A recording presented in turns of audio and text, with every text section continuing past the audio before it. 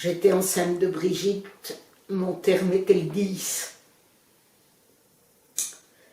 Elle est née, j'ai gardé mon épicerie. Elle est née, Marcel est rentré le 8 peut-être, mais elle est née le 16. Je suis rentrée de la maternité 10 jours après, et 2 jours après, on était inondés. On était claqués tous les deux. Hein. Moi, je venais d'avoir ma petite, lui se relevait doucement d'une opération. On a été inondés par les deux endroits, hein. Par le biais. Le magasin donnait sur l'arrière du magasin donnait sur le biais. Ah oui, on traversait. Ah oui, ben vous étiez bien placé, oui. Ah ben oui, notre cuisine donnait directement sur la rue du Biais. Et notre cave sortait rue du Biais. Et ça a été inondé. Alors la cave a été inondée aussi, les bouteilles et tout. Hein, innommable. Et le magasin par la grande rue. J'aime bien vous dire que ça, on a été, pour s'en remettre, il a fallu qu'on soit. C'est arrivé dans la nuit. Nous, je vous dis, on était claqués tous les deux, quoi. On n'était pas en pleine forme. Et c'était les voisins d'au-dessus en face, on avait le bureau de tabac. Oui. Et bien c'était ceux qui habitaient, et nous, notre chambre, il y avait le magasin, au-dessus, c'était très pratique. Le magasin, au-dessus, il y avait la salle à manger, puis au-dessus, au deuxième, il y avait la chambre. Et au deuxième, on était en face, c'était un des fils Basset.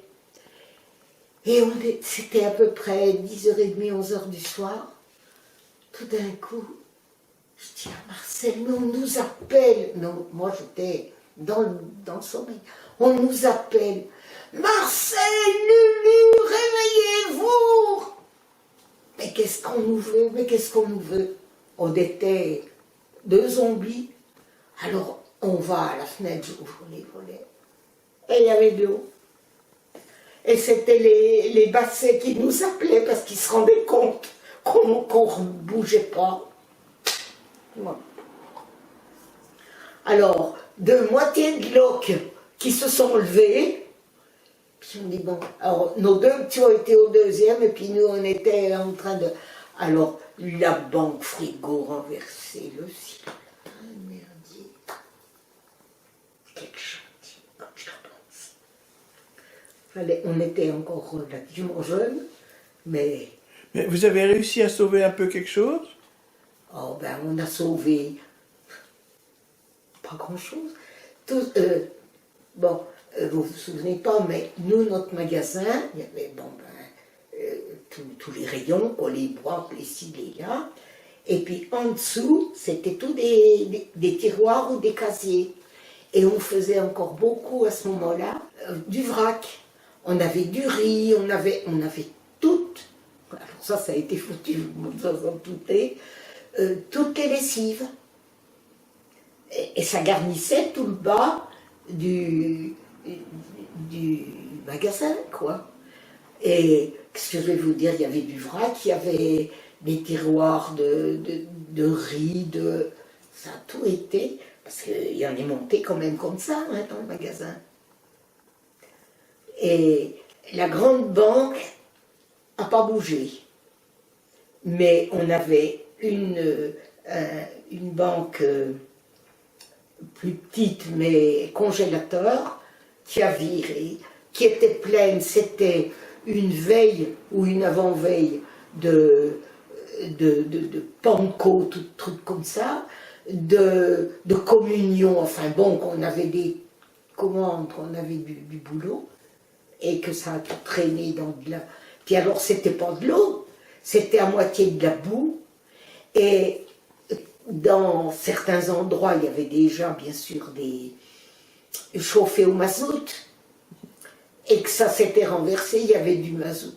C'était, je vous dis, innommable. Quand j'y repense, eh ben, je vais vous dire que. Hein. c'était, nous, on a vraiment dégusté. Ah oui. Ça déboulait par la rue Greuze, là au coin. Mais alors, mais je vous dis, dans le magasin, il y en avait haut comme ça. Et puis alors après, tout ce qui était gâteau et tout, ça avait pris de l'humidité, ça a tout été foutu. Puis on n'a jamais rien touché. Hein. À l'époque, ça a été... Vous avez rien touché? La seule chose que nous, on a touché, on faisait partie, on était une chaîne, on faisait partie d'une chaîne qui s'appelait Nigeco. Eh ben, c'était notre représentant en épicerie qui, vers tous les gens de Nigeco, a plaidé notre cause. Et c'est les épiciers de la chaîne qui ont fait qu'on a eu, nous, une petite enveloppe pour nous dédommager un peu. Autrement, on n'a rien touché. Et le nettoyage? Alors là, bon, ben nous, on avait de la famille, hein, tout le monde est venu nous aider, tout le monde est venu nous donner la main, et